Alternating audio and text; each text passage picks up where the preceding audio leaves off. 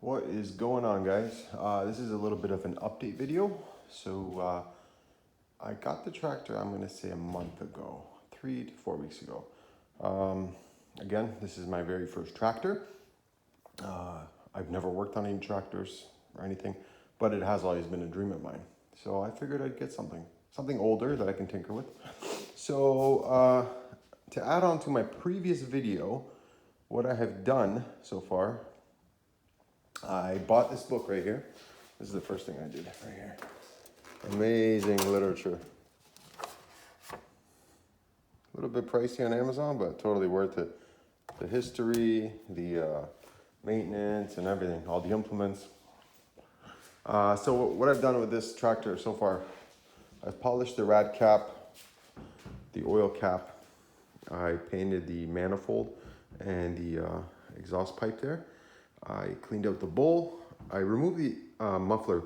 I was actually kind of angry at the previous owner when they did the paint job on it that they didn't properly tape everything off. So it really bothered me that the old muffler, it's actually a International Harvester muffler. It's actually stamped. It bothered me that it was oversprayed and just ugly looking and old. So I took it off. I sanded it down.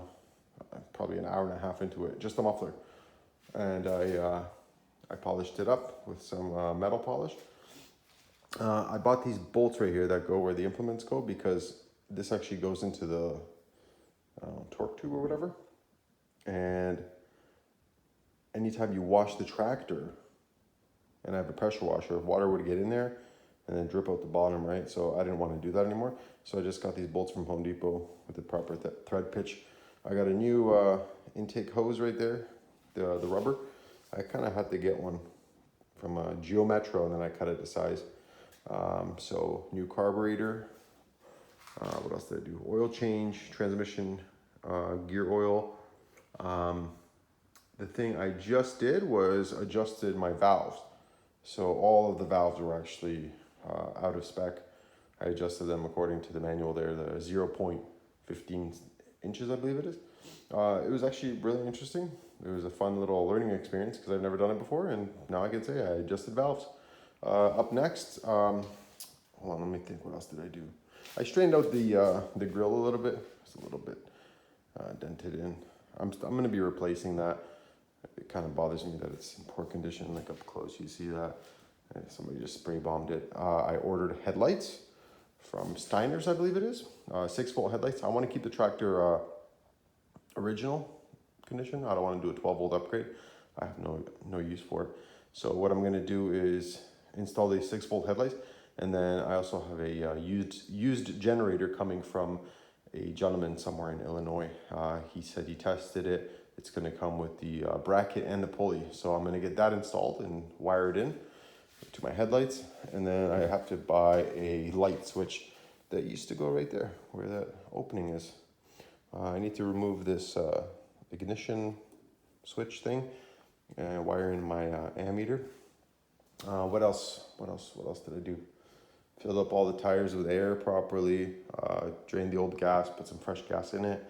I cleaned up this oil, I forget the name of it, but the air travels through the air intake and it goes down and it goes through the oil. So any sediment or any dirt from like a farmer's field has to go through the oil. That way it doesn't get into the intake and clog everything up. I did clean that out. I did get a oil filter as well when I did the oil change, obviously. A new gasket also. So up next, besides the headlights and the generator, what I'm going to be doing is I'm going to be removing the steering wheel. And if you look up close, it's all cracked up. So instead of buying one, and buying one is no issue. I could buy one. I could afford it. It's only like $50 US. But I kind of want a little bit of a challenge. So what I'm going to do is I'm going to try to fix this one. I'm going to get some sort of epoxy or something like, maybe not Bondo, but something like that where I can build it up right here, for example, sand it down, smooth it, fill in all the cracks, something that can harden, and then you put some sort of finish on top of that, and then get everything painted, remove the bolt, grease everything inside here. That'll be next. And then I want to fix the steering slop. I have a little bit of steering slop. Let's see if we can see. So I'll show you from here the wheel. So before the wheels turn, there it goes. You hear that click? That's how much play I have. So about 1/8 of a turn. Not the end of the world. And by law, if I want to drive this on the road locally, I need a high visibility triangle, which I got from a local hardware store. And I got this guy right here, a 2-pack, a light if I want to drive. The law here in Ontario states that anytime 30 minutes before dark or after dark or whatever, you need some sort of tail light and high visibility triangle. And I also bought a headlight right here. Well, it came with the kit. So let's get a magnet and put it right here. Fits perfect. And you just go to this. It's actually adjustable down. So yeah, this is temporary. The rear light I'm gonna keep, I think, and the front one is just temporary. There's like a 2-pack of emergency lights. Another thing I want to do is I'm gonna remove the distributor, I think it's called. Yeah, distributor. And I'm gonna clean up the points. Don't quote me. The spark plugs have been properly gapped according to spec. The oil gauge does work, so that's good. What else? I can't really think of anything else besides the steering slop. Oh yeah, when I was doing the valve adjustment, I don't have a crank right here that goes into the crank pulley through that opening, so I had to spin it by hand. But the previous owner had the belt too loose, so when I was spinning the fan blade, where you end up getting the valve movement, the crank pulley was staying in place and the belt was just slipping around it. So I had to remove the whole hood and everything. That was fun, especially dealing with some old bolts and all that. And I had to do the adjustment. It's actually interesting. You have to, let me get a flashlight if anybody's interested on what you want to avoid. Hold on a second. So I watched a video, and the nut at the back right there, where my flashlight's in front of, that's not the one you touch. Do not touch that nut. This nut right here, right there where my flashlight is, that's the guy you want to adjust. So if you want to loosen it, that way you can get the pulley adjustment. So when you rotate that nut, it's gonna actually loosen the whole pulley. And then what you want to do is grab a pry bar. And what I do is, I actually went right here. See where that curve is? I just put my pry bar under there, like a crowbar almost, like a long one. And I put the hook underneath the pulley just lightly, and I just lifted it and I tightened it just to tighten up the belt a little bit.